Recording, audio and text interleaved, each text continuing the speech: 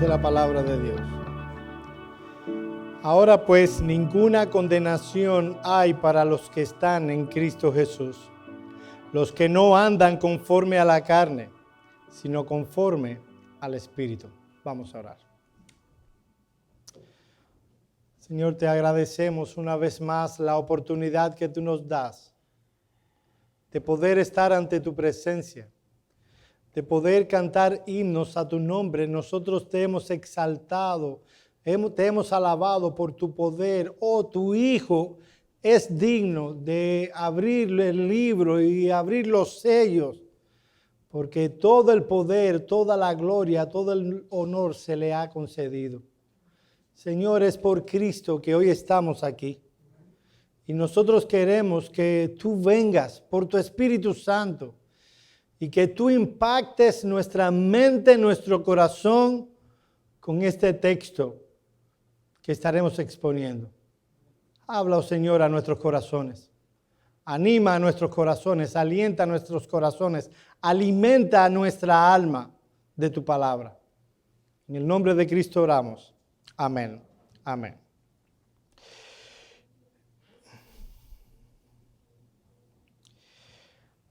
El 30 de noviembre, hace unos días, del año 2014, un grupo de 16 hermanos, hombres y mujeres, entendimos que Dios estaba llamando a la existencia Iglesia Bautista Reformada de Miami. Había cosas que no sabíamos. No sabíamos lo que sería de nosotros en el futuro. No tenemos el atributo de la omnisciencia, pero sabíamos que era la voluntad de Dios que como creyentes redimidos y salvados estuviéramos comprometidos como una iglesia local. Han pasado 6 años y como decía en el chat de la iglesia, hemos visto la mano de Dios a cada instante. Han sido 6 largos y difíciles años. Cada año ha tenido su particularidad. Este ha sido muy especial. Pero en cada evento, en cada situación que hemos tenido como iglesia, Dios nos ha permitido verle en medio de las circunstancias difíciles que nos ha tocado. Tenemos el mismo compromiso que teníamos aquel 30 de noviembre, cuando nos comprometimos como iglesia.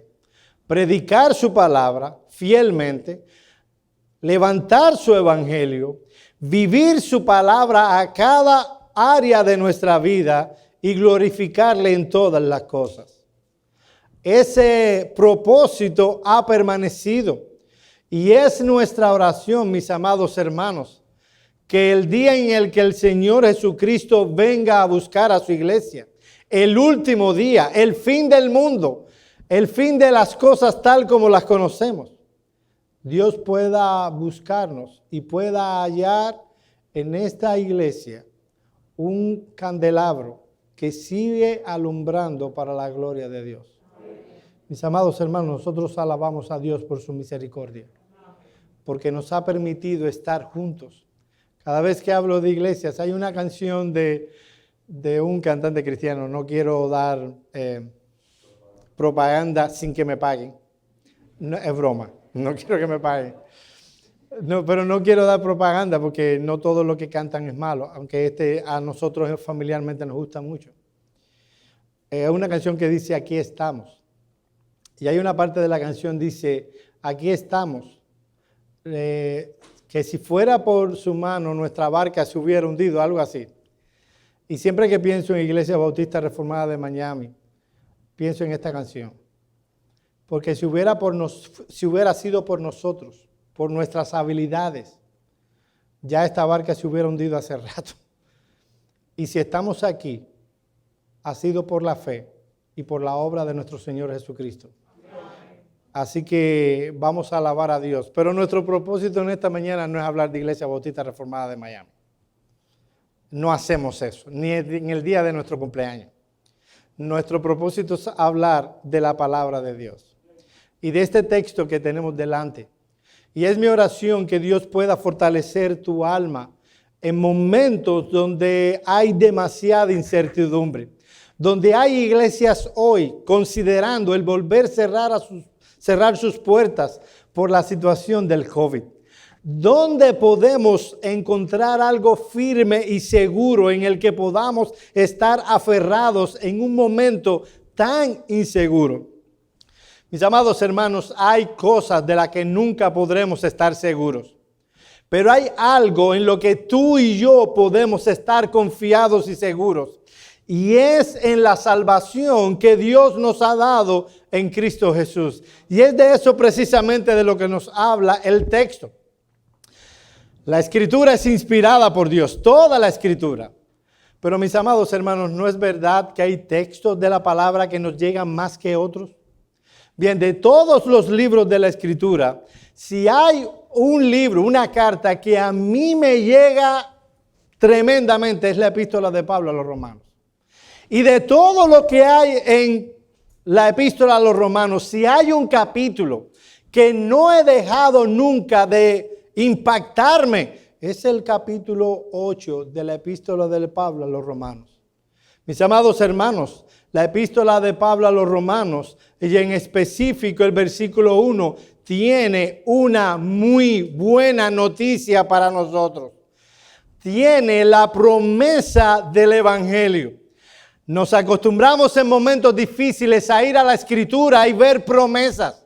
Pero mis amados hermanos, si hay una promesa que va a alentar, animar y fortalecer nuestras almas a lo largo de nuestro peregrinaje en este mundo, son las promesas del Evangelio. Miren lo que dice el puritano Richard Sibbes sobre esta promesa.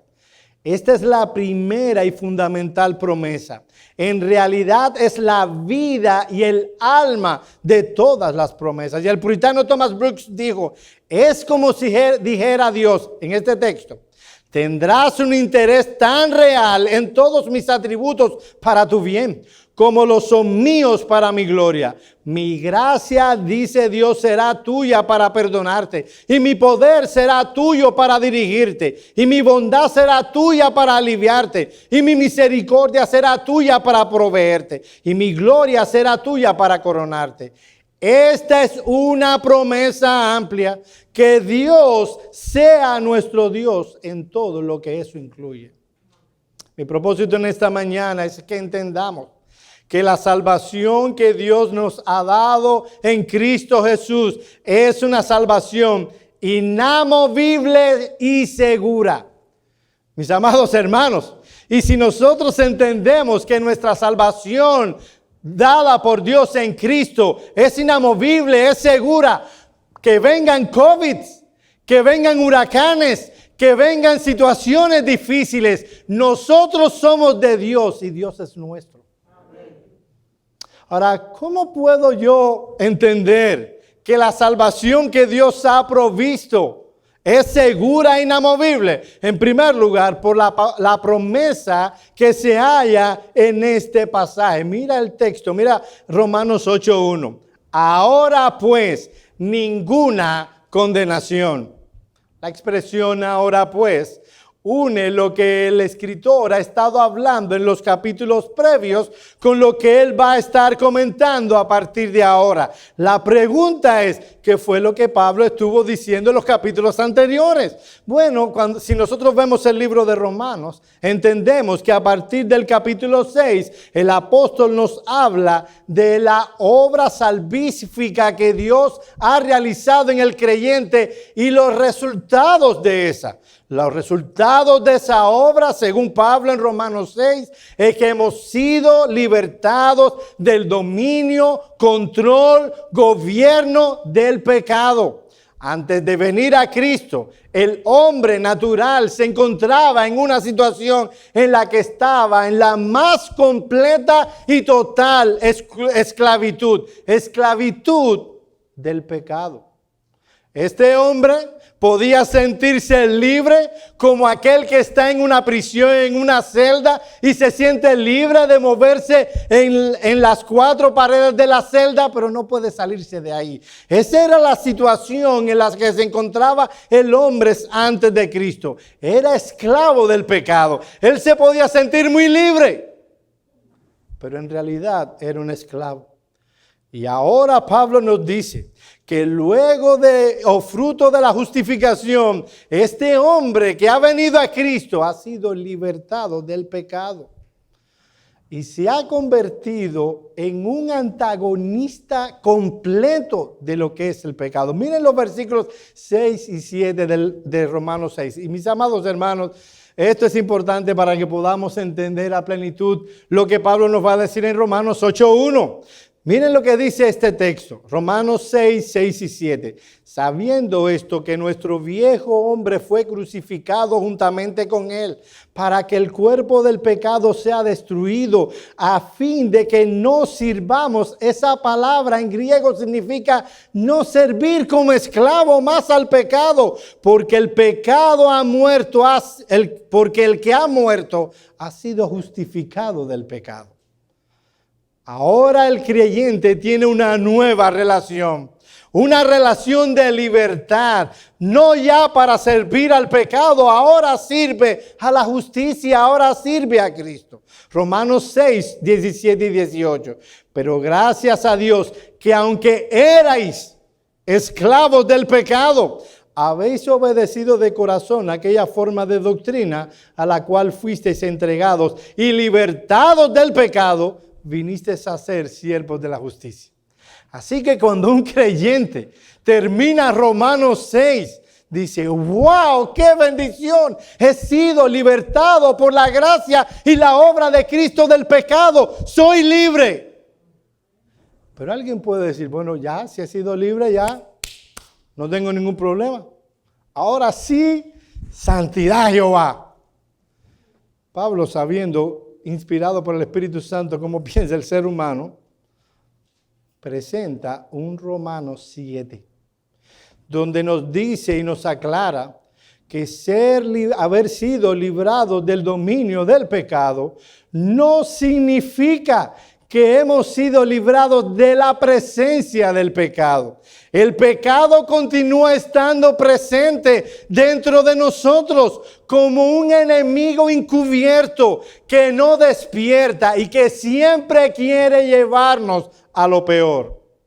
Bien, ustedes saben que yo soy cubano. Hay un aspecto de la historia de mi país que me viene a la mente cuando veo esto. Tiene que ver con la guerra de independencia. Cuando Carlos Manuel de Céspedes, Ignacio Agramonte y otros próceres de la patria cubana deciden luchar por la independencia de Cuba, Carlos Manuel de Céspedes en el Grito de Yara hace una declaración de que ahora eran independientes de la colonia española. Él le da la libertad a sus esclavos, que ahora eran una república en guerra. Lo cierto es que a los ojos del rey de España, Cuba seguía siendo una colonia. Así que Carlos Manuel de Céspedes y todos los demás, que la historia no es bonita, siempre termina mal cuando es Cuba, tuvieron que luchar por la independencia. Mis amados hermanos, hemos sido librados del pecado, del dominio del pecado. Ahora el pecado es nuestro enemigo. Sin embargo, el pecado, como una suegra no deseada, está en nuestro corazón para querer llevarnos a lo peor. Ella no se dio cuenta, así que ni le diga nada.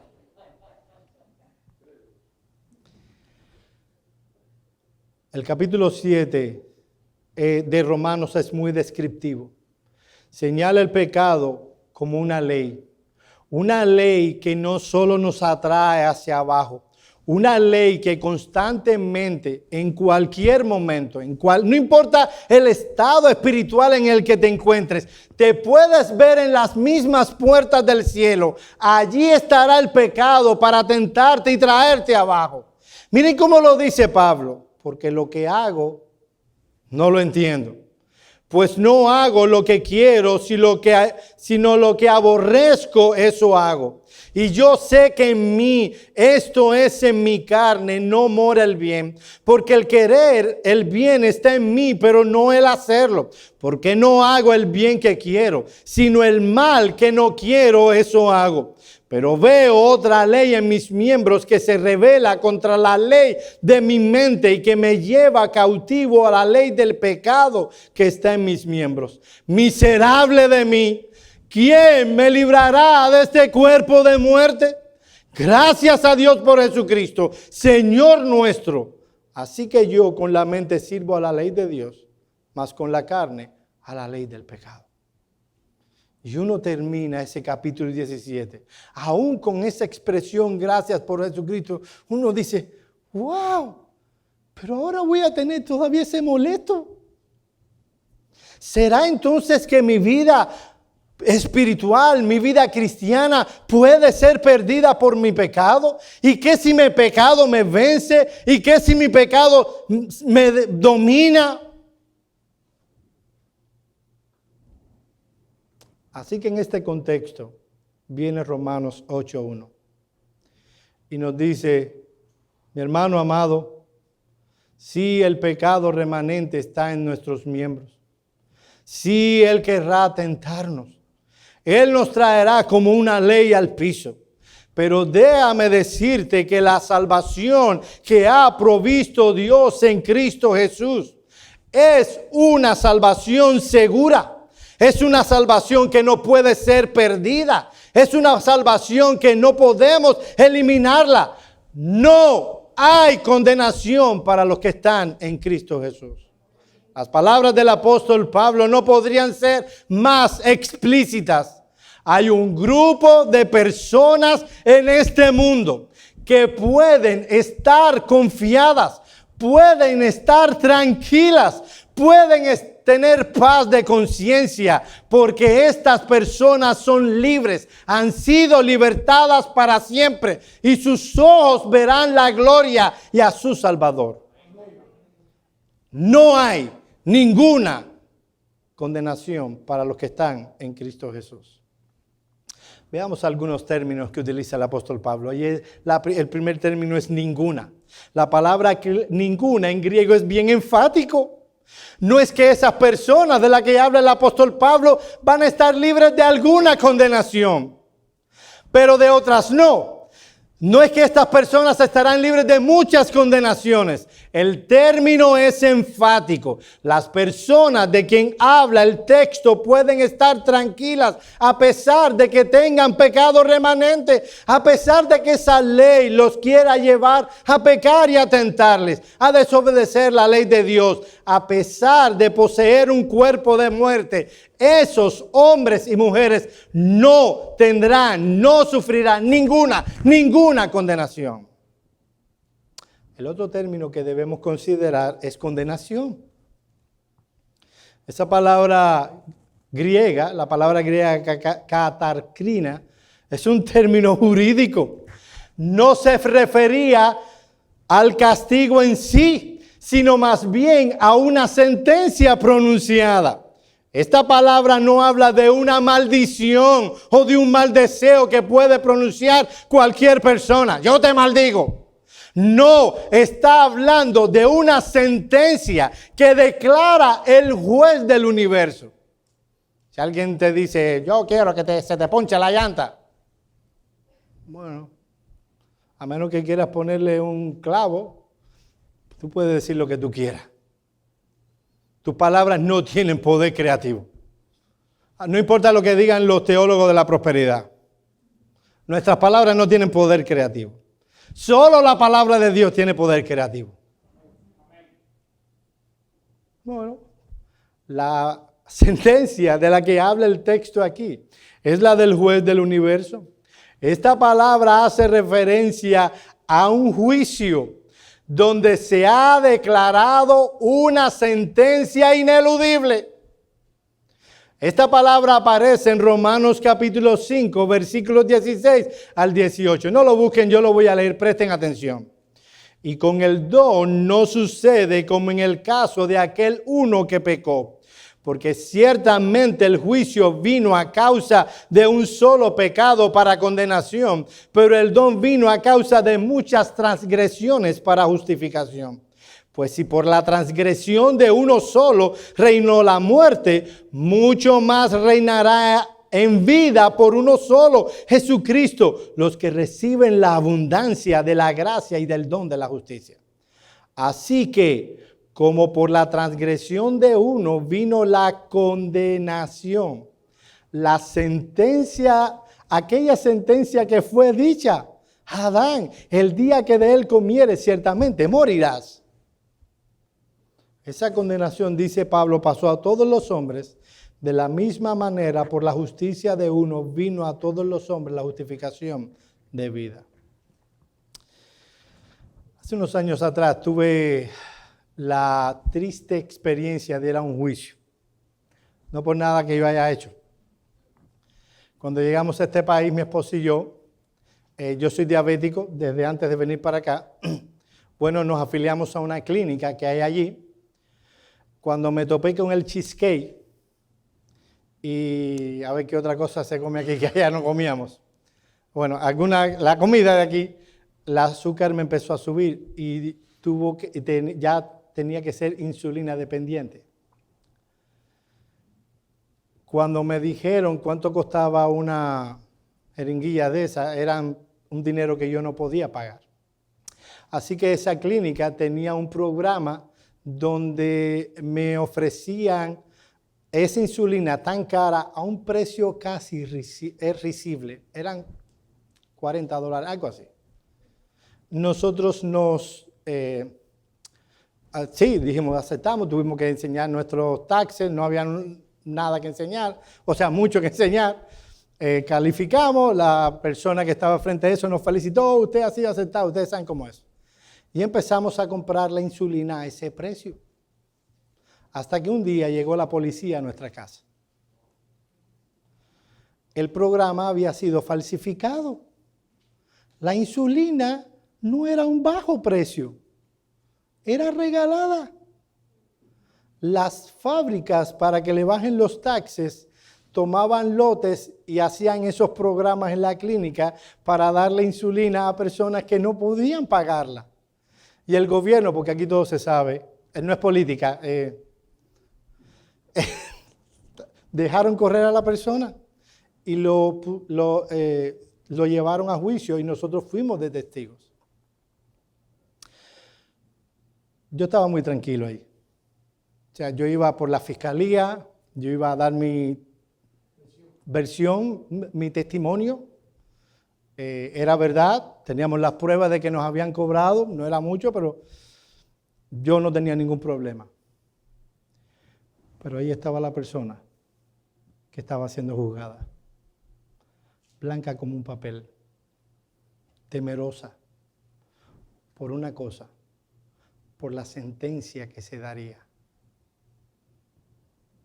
Tal vez tú has visto películas de juicios.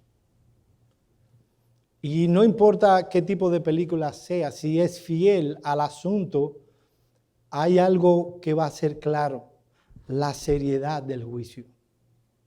Es algo serio. En algunos casos va a la vida y la muerte. Nuestro texto habla de un juicio, donde habrá una sentencia. Mi amigo que estás en esta mañana aquí, cuando nosotros hablamos de Dios, vida eterna, cielo, infierno, y lo hacemos con la seriedad con que lo hacemos, es porque el tema lo amerita. Un día habrá un juicio y habrá una sentencia. La pregunta que te debes hacer es: ¿cuál será tu sentencia?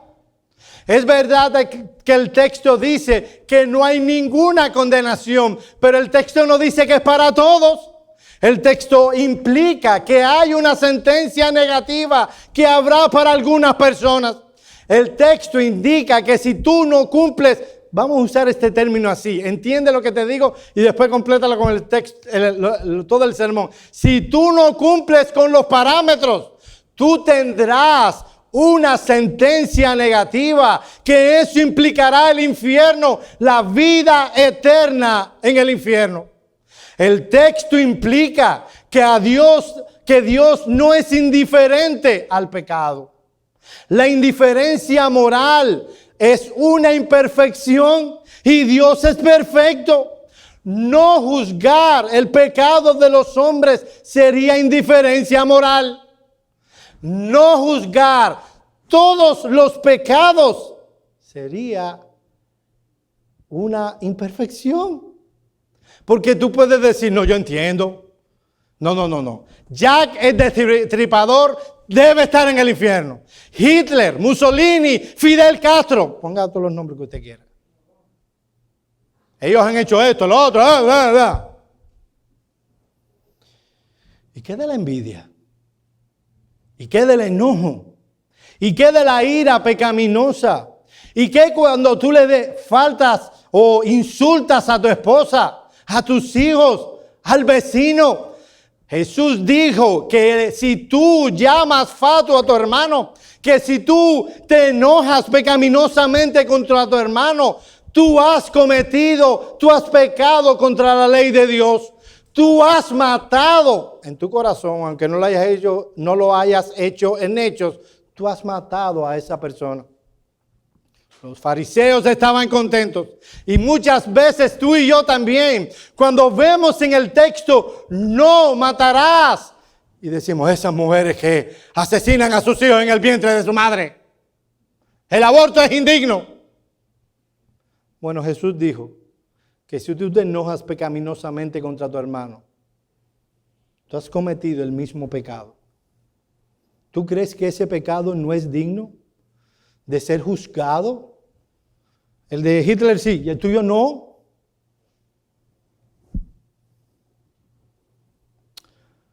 Mira cómo Jesús habló de ese juicio. Mateo 25, 31 al 46. Cuando el Hijo del Hombre venga en su gloria y todos los santos ángeles con él y se lleve a la iglesia, van a haber 7 años de gran tribulación y entonces tendrá la oportunidad de arrepentir. Eso no es lo que dice el texto. Cuando el Hijo del Hombre venga y sus santos ángeles con él, entonces se sentará en su trono de gloria y serán reunidas delante de él todas las naciones. Se acabó. Y apartará los unos a los otros, como aparta el pastor las ovejas de los cabritos. Y pondrá las ovejas a su derecha y los cabritos a su izquierda. Entonces,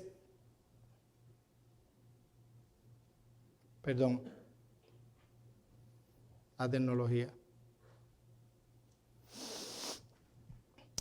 El rey dirá a los de su derecha, venid, benditos de mi Padre, heredad el reino preparado para vosotros desde la fundación del mundo. Entonces dirá a los de su izquierda, apartaos de mí, malditos, al fuego eterno, preparado para el diablo y sus ángeles, e irán estos al castigo eterno, y los justos a la vida eterna. Muchachos, déjame hablarte a ti, porque yo hablo con muchos de ustedes. Y ustedes me dicen, no, Joel, yo creo en Dios. Yo creo en Dios. Yo no soy religioso como ustedes, pero yo creo en Dios. Déjame decirte una cosa. ¿Tú crees en Dios? Mira lo que está diciendo Dios. Lo que está diciendo Dios es que Él vendrá un día y que Él apartará a aquellos que de verdad creen en Él. A unos pondrá de un lado y a otros pondrá del otro.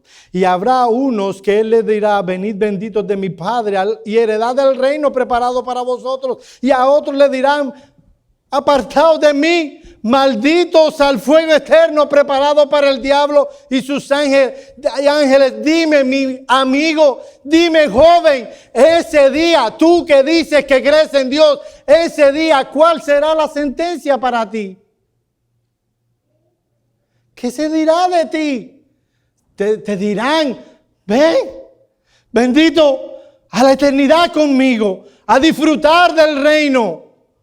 De ti se dirá, apártate de mí, al infierno que he preparado para el diablo y sus ángeles. ¿Tú dices que tú crees en Dios?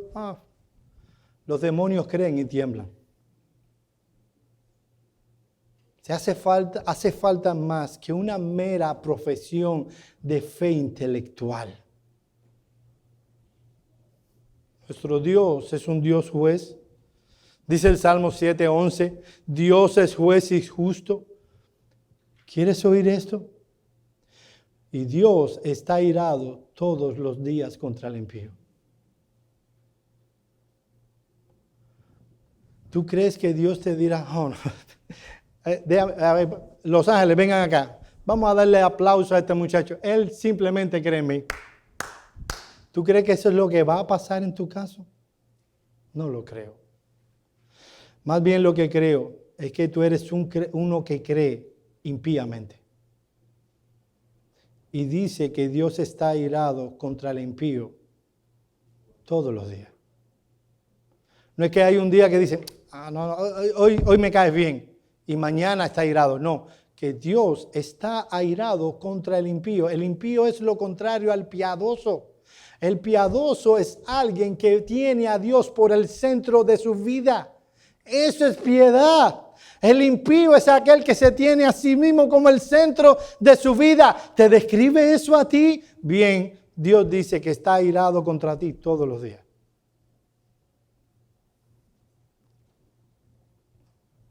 Nuestro Dios, por medio de Jesucristo, un día juzgará a todos los hombres. Y cuando esto ocurre, ¿dónde vas a estar? ¿A la mano derecha o a la izquierda? Por otro lado, la realidad del juicio divino tiene que tener un efecto directo sobre nuestras vidas espirituales, mis amados hermanos. Si sabemos que el juicio retributivo de Dios nos espera al final del camino, eso debe afectar la manera en que nosotros vivimos nuestra vida de manera radical. Mis amados hermanos, tú y yo conocemos personas, hablamos con ellas todos los días. Hablamos de béisbol, hablamos de fútbol, que si el Real Madrid no sirve, que si se está cayendo el techo del Camp Nou, 20,000 cosas, que si Donald Trump gana, pierde, lo que sea. ¿Sabe qué es eso en comparación con la eternidad? Mi papá decía una palabra, ñinguita. ¿Sabe lo que significa esa palabra? No tiene traducción, no significa nada.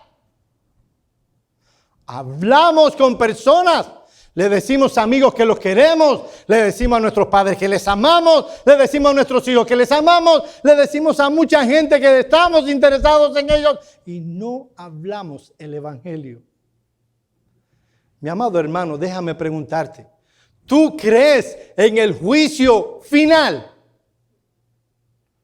Wow, yo esperaba un amén ahí. Eso debe impactar radicalmente la manera en que tú y yo vivimos.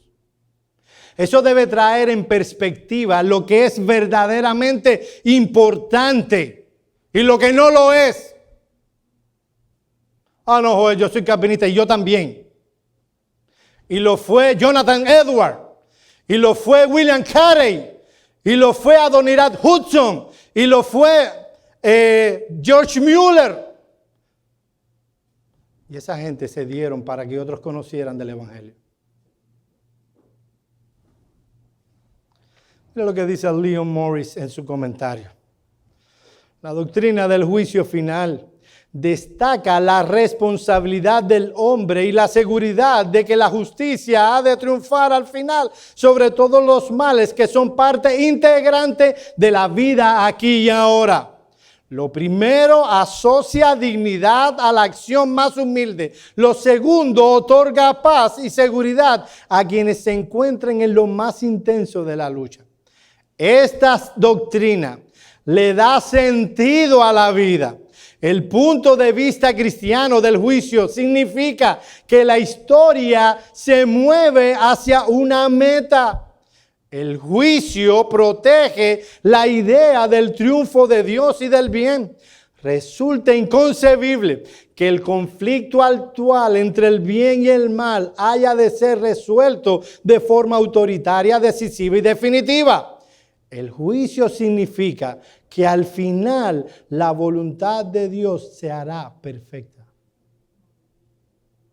Al final, mis amados hermanos, todo el mundo hará la voluntad de Dios. Unos harán la voluntad de Dios yendo al infierno. Y otros, habiendo sido salvados por gracia y misericordia, gozarán del bien de Dios en la eternidad. Creer en el juicio redirecciona la vida. Le da importancia a lo que en verdad le debes dar importancia. Hay cosas que le damos importancia que en realidad no lo son.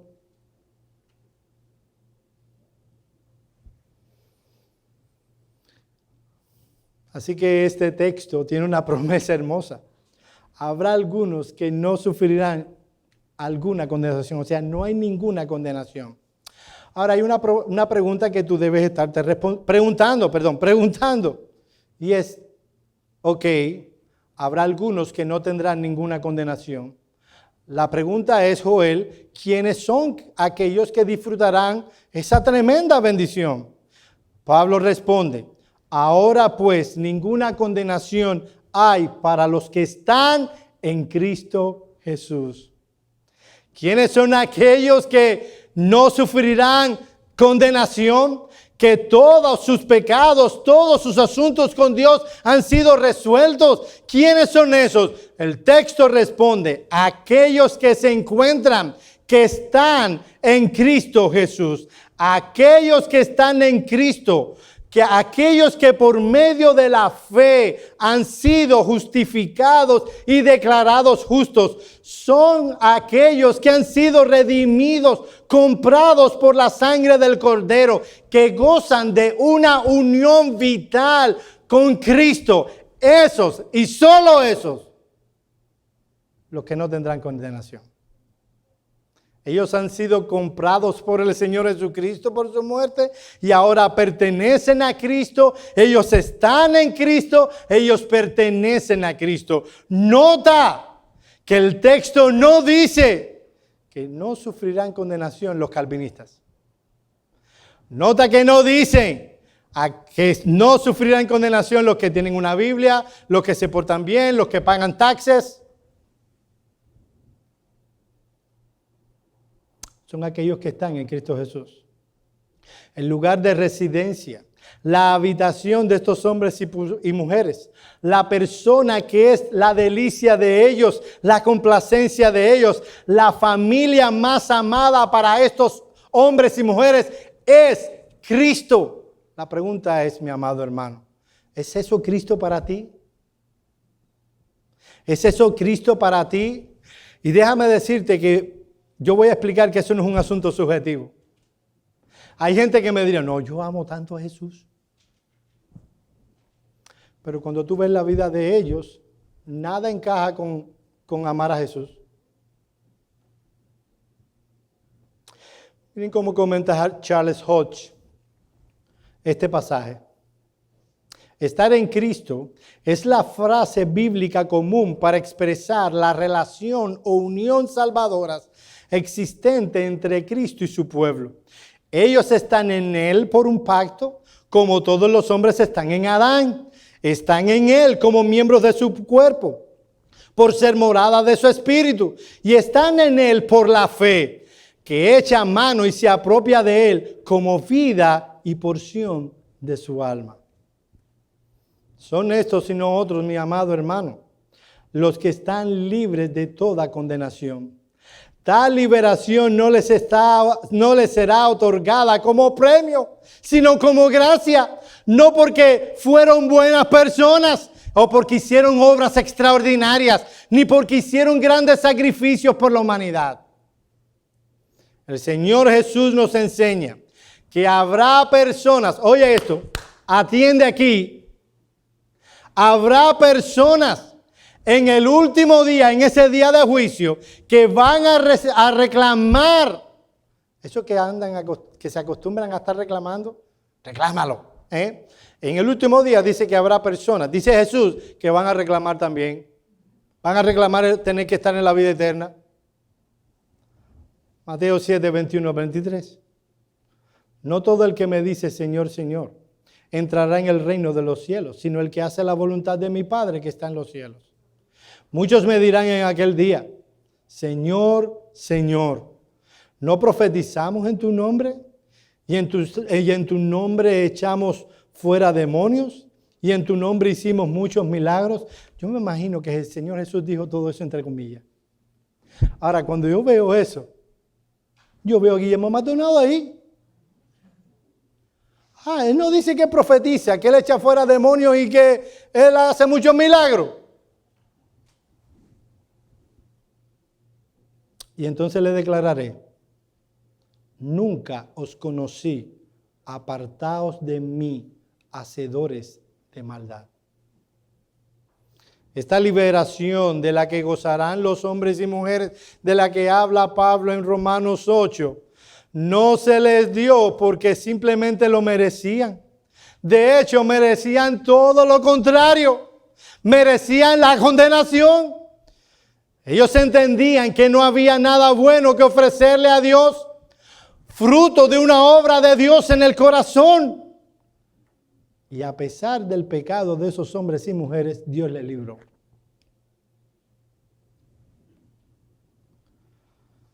Mi amado hermano, estar en Cristo es abrazar a Cristo por la fe. Es abrazarle y aferrarse a Él. ¿Tú estás amarrado por la fe a Cristo? ¿Tú has creído que Cristo... Miren mis amados hermanos, qué triste es lo que está pasando en el evangelicalismo. Decía un predicador, no recuerdo exactamente cuál, que se había pasado toda su vida defendiendo el evangelio de los que no creían. Y ahora se veía a sí mismo defendiendo el evangelio de la iglesia. Lo que está pasando es abismal. Qué pena que millones y millones de personas que están muy confiadas en las iglesias de que han sido salvados se irán al infierno. Todo porque creen fervorosamente de que deben ir al cielo porque un día levantaron la mano, dijeron unas palabras y el predicador les dijo, bienvenido a la familia de la fe. Fe significa que tú has perdido toda confianza en ti mismo para la salvación de tu alma, la vida, y la has puesto completamente en el Señor Jesucristo. Que entiendes que eres un pecador malvado, que mereces el infierno y que si has de ser salvado, ha de ser por la obra maravillosa que hizo Cristo en la cruz del Calvario. Y que tú has creído en la persona tal como ha sido revelado en la Escritura. Nosotros decimos, el Mesías, Cristo, el Señor. ¿No es lo que decían eso que del texto que yo le decía, que yo les mencionaba, que decía, Señor, Señor? En una ocasión el Señor Jesús se paró ante sus discípulos y les dijo, ustedes me llamáis maestro y Señor, y lo soy. Si soy Señor, ¿por qué no haces lo que les mando? Tú dices que tú amas al Señor. Si me amáis, dice Jesús, guardad mis mandamientos. Una vida donde está en ausencia una vida de santidad práctica, no hay derechos para andar reclamando salvación.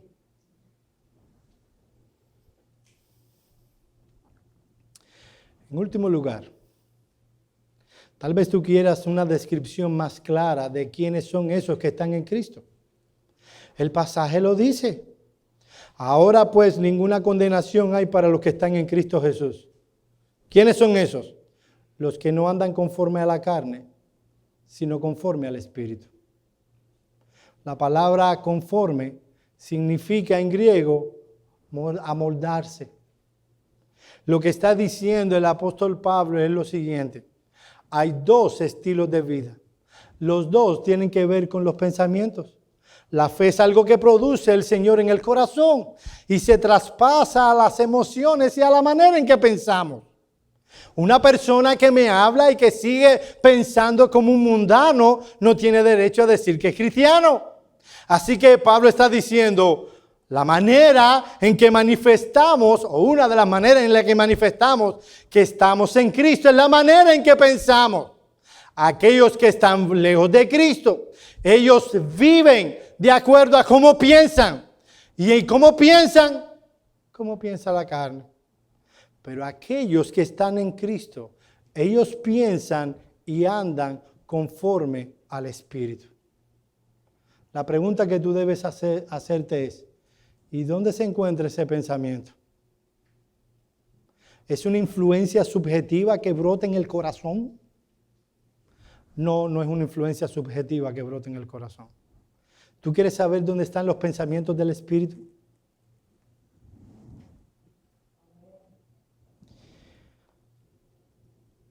Yo les contaba a ustedes hace un domingo atrás que me topé en YouTube con un pastor de aquí de Miami, pidiéndole encarecidamente a Dios que les llenara de su Espíritu. Y yo conozco de esa iglesia. Una iglesia que dirán lo que digan, pero en la práctica, la palabra, lo que Dios ha enseñado es minimizado. Cuando tú haces algo en la iglesia y tú no le pides permiso a Dios, o sea, tú no ves que está aquí, y aún así tú dices, no, es que la Biblia es del siglo...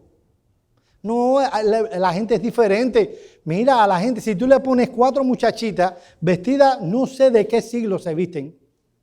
O sea, porque esa ropa no es normal. ¿Saben de lo que estoy hablando? De esas que ahora están con cositas así bailando mientras están adorando. El ministerio de danza. Me pregunto, ¿qué loco se le habrá ocurrido ese ministerio? Porque en la Biblia no está. El ministerio de danza. Y el que pide la llenura del Espíritu no puede entender que eso no está en su palabra. Eso es minimizar, despreciar la palabra. ¿Cómo puede un pueblo pedir llenura del Espíritu y menospreciar y despreciar la revelación que dio ese mismo Espíritu? Pero eso puede pasarte a ti y a mí en nuestra vida práctica. Mi amado hermano, constantemente estamos tomando decisiones. Constantemente nuestra fe está siendo probada.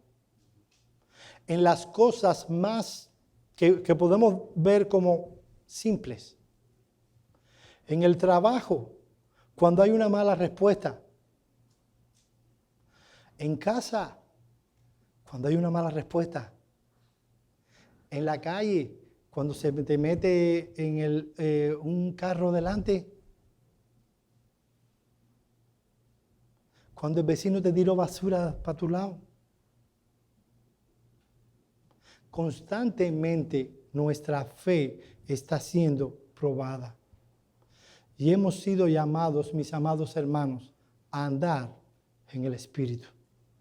A andar conforme al Espíritu. Nada, oye esto, nada escapa de la vida espiritual. Y yo se lo he dicho muchas veces a ustedes y se lo voy a decir hasta el día que me muera. Vivimos en un mundo donde está vida secular, vida espiritual. No, nada. La manera en que reacciono cuando se me rompe una llanta y estoy apurado porque voy para el trabajo, la manera en que yo reacciono en mi corazón tiene que ver con la vida espiritual.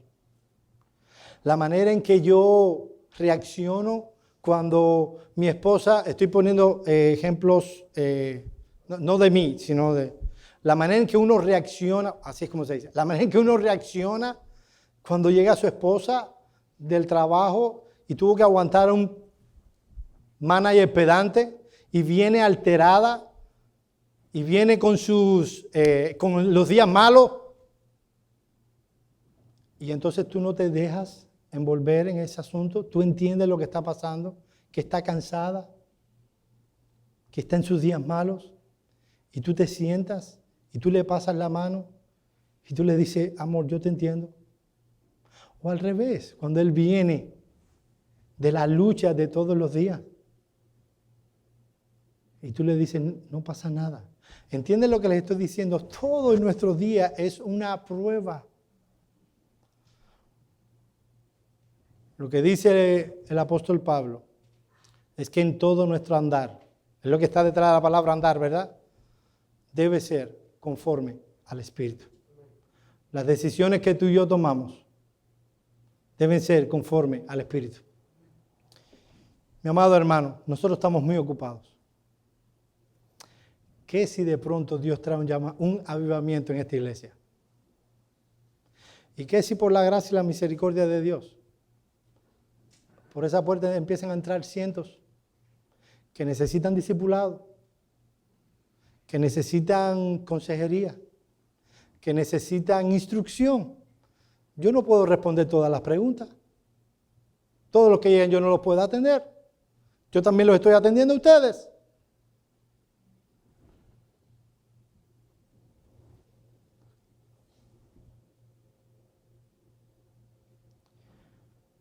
Nosotros debemos tener una mentalidad celestial. Y no estoy hablando de una influencia mística. Estoy hablando de que la manera en que pensamos, la manera en que vivimos, debe reflejar lo que el Espíritu ha dicho. Déjenme hacer una última aplicación.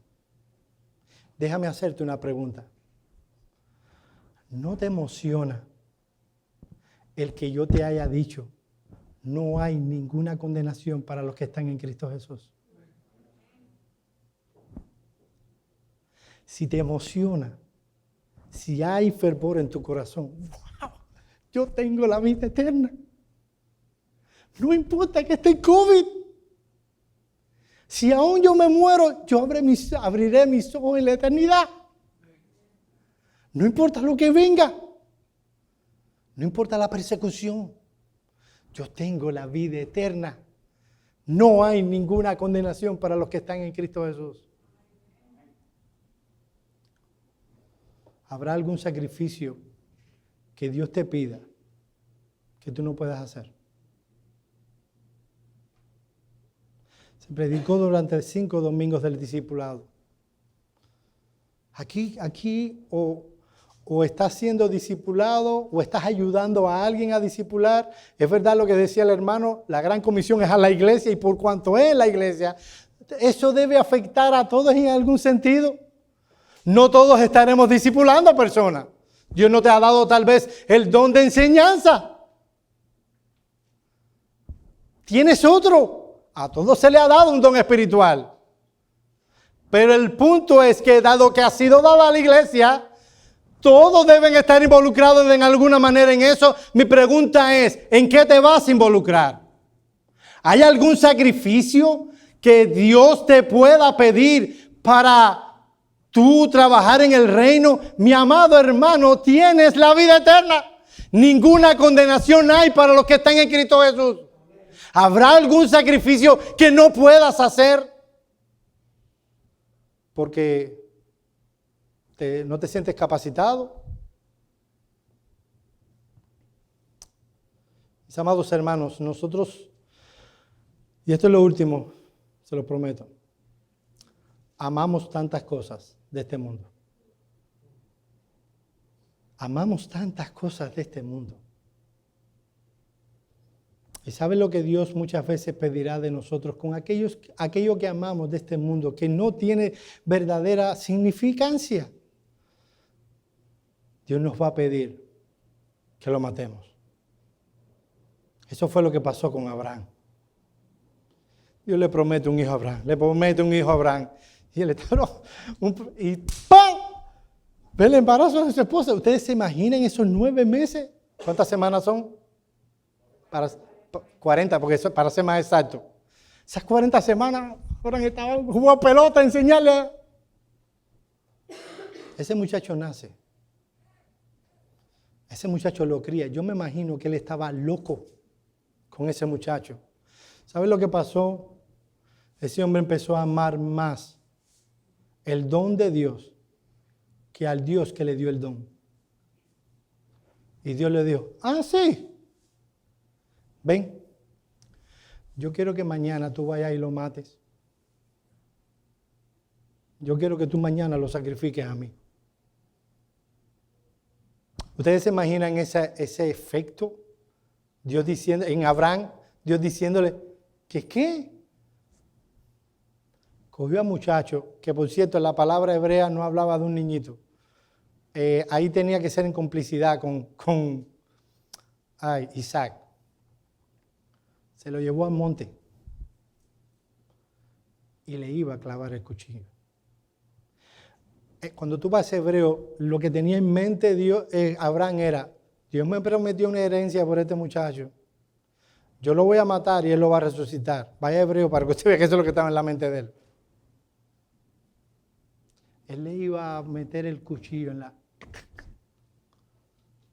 Y Dios le dijo, detén tu mano, no lo hagas.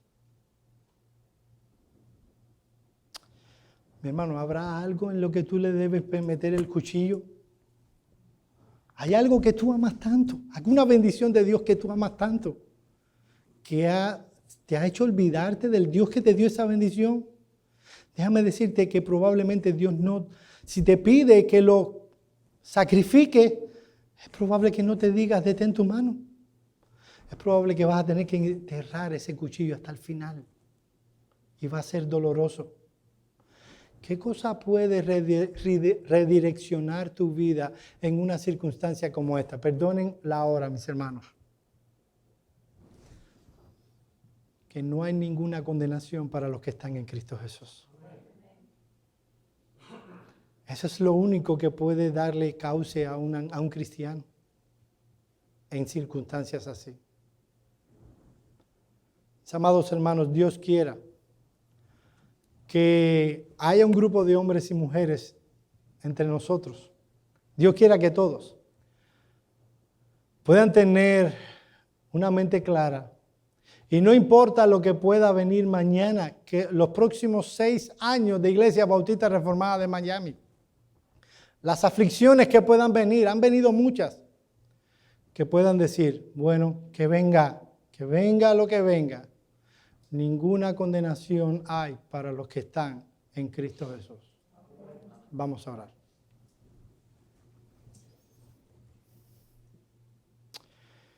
Señor y Dios, nosotros te pedimos perdón por las veces en que no vivimos a la altura de la vocación con que hemos sido llamados.